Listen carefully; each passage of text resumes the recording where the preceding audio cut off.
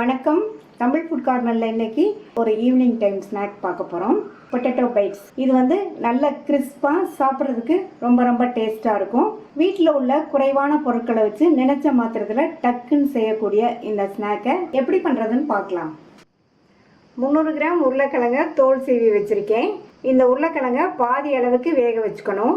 இந்த ரெசிபிக்கு நம்ம உருளைக்கிழங்க துருவி தான் பண்ண போகிறோம், அதனால் பாதி அளவுக்கு வேக வச்சுக்கணும். இந்த பேனில் எடுத்து வச்ச உருளைக்கிழங்க சேர்த்துட்டு ஓரளவு எல்லா உருளைக்கிழங்குமே ஒரே சைஸாக இருக்கிற மாதிரி வச்சுக்கோங்க. அப்போ தான் ஒன்று போல் வெந்து வரும். இப்போ உருளைக்கிழங்கு பாதி அளவுக்கு வெந்திருக்கு. ஒரு கத்தியை வச்சு இந்த மாதிரி ப்ரெஸ் பண்ணி விட்டோம்னா லைட்டாக தான் அமுங்கணும். இந்த மாதிரி இப்போ இதை வெளியில் எடுத்து வச்சு ஆற விட்டுறலாம். இப்போ இந்த உருளைக்கிழங்க நம்ம இந்த கிரேட்டரில் துருவிக்கலாம்.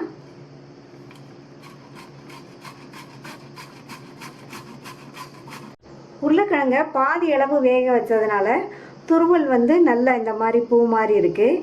நம்ம கூட கொஞ்சம் வேக வச்சிட்டோம்னா இந்த மாதிரி துருவுறதுக்கும் வராது. அதனால் 50% வேக வச்சுக்கணும். எல்லா உருளைக்கிழங்கையும் துருவியாச்சு. இப்போ இதில் 1/2 டீஸ்பூன் மிளகுத்தூள் எடுத்திருக்கேன். அதை இந்த மாதிரி பரவலாக சேர்த்துக்கணும். இதுக்கு தேவையான அளவு உப்பு. இதுக்கு வந்து உப்பு அவ்வளோவா தேவைப்படாது. இந்த உப்பையும் நல்லா இந்த மாதிரி பரவலாக சேர்த்துக்கலாம். இப்போ இதை நம்ம பிசைஞ்சுக்கலாம். இதை பிசையும் போது அழுத்தம் கொடுத்து பிசையக்கூடாது. நல்லா ஜென்டிலாக இந்த மாதிரி பூ போல் இருக்கிற மாதிரி பிசையணும். நல்லா இந்த மாதிரி உதிராக இருக்கிற மாதிரி பிசைஞ்சுக்கணும். நம்ம சேர்த்த மிளகுத்தூளும் உப்பும் நல்லா மிக்ஸ் ஆகிற மாதிரி பிசைஞ்சுக்கணும். ரொம்ப அழுத்தி பிசைஞ்சோம்னா மாவு மாதிரி ஆயிரும்.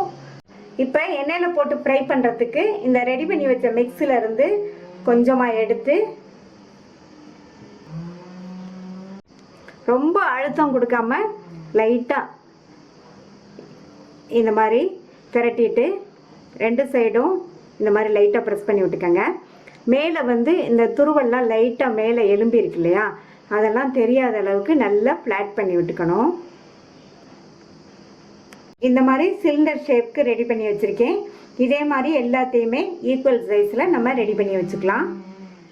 இப்போ எண்ணெயில் போட்டு ஃப்ரை பண்ணிடலாம். இப்போ பொரிக்கிறதுக்கு எண்ணெய் விட்டு சூடாகிடுச்சு. எண்ணெய் வந்து மிதமான சூடை விட கொஞ்சம் கூட இருக்கிற மாதிரி இருக்கணும். இப்போ ஒவ்வொன்றா எண்ணெயில் சேர்த்துடலாம். எண்ணெய் ரொம்ப சூடாக இருந்ததுன்னா நம்ம போட்ட உடனே கடாயில் அடியில் போய் ஒட்டிக்கும். அதே மாதிரி உடனே அது கரிஞ்சு போயிடும். இப்போ சேர்த்தாச்சு.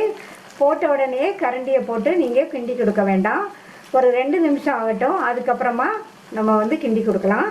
அதே மாதிரி ஸ்டவ்வை வந்து மீடியம் ஃப்ளேம்லேயே வச்சுக்கோங்க. இப்போ 2 நிமிஷம் ஆச்சு. லைட்டாக இந்த மாதிரி பெரட்டி விட்டுக்கலாம். இந்த மாதிரி பெரட்டி விட்டு நல்லா கோல்டன் ப்ரௌன் வந்ததுக்கப்புறம் தான் எடுக்கணும். அப்போ தான் வெளியிலையும் நல்லா மொறுமொறுப்பாக இருக்கும், உள்ளேயும் நல்லா மொறுமொறுப்பாக இருக்கும், சாப்பிட்றதுக்கும் நல்லா டேஸ்ட்டாக இருக்கும். நல்லா பெரட்டி விட்டு கோல்டன் ப்ரௌனாக வந்துடுச்சு. இந்த ஸ்டேஜில் எடுத்தால் கரெக்டாக இருக்கும். எடுத்துடலாம். நல்லா எண்ணெயை வடிச்சிட்டு ஒரு பிளேட்டில் டிஷ்யூ பேப்பர் போட்டு வச்சுருக்கேன், அதில் போட்டுடலாம். நம்மளுடைய டேஸ்டான மொறு பொட்டேட்டோ பைட்ஸ் ரெடி ஆயிடுச்சு. மீதி உள்ளதையும் இதே மாதிரி போட்டு எடுத்துடலாம். நீங்களும் இதை ட்ரை பண்ணி பார்த்துட்டு உங்கள் கமெண்ட்ஸை சொல்லுங்கள். இது வரைக்கும் தமிழ் ஃபுட் கார்னர் சேனலை சப்ஸ்கிரைப் பண்ணாதவங்க சப்ஸ்கிரைப் பண்ணிவிட்டு பக்கத்தில் உள்ள பெல் பட்டனையும் கிளிக் பண்ணிக்கோங்க. தேங்க்யூ.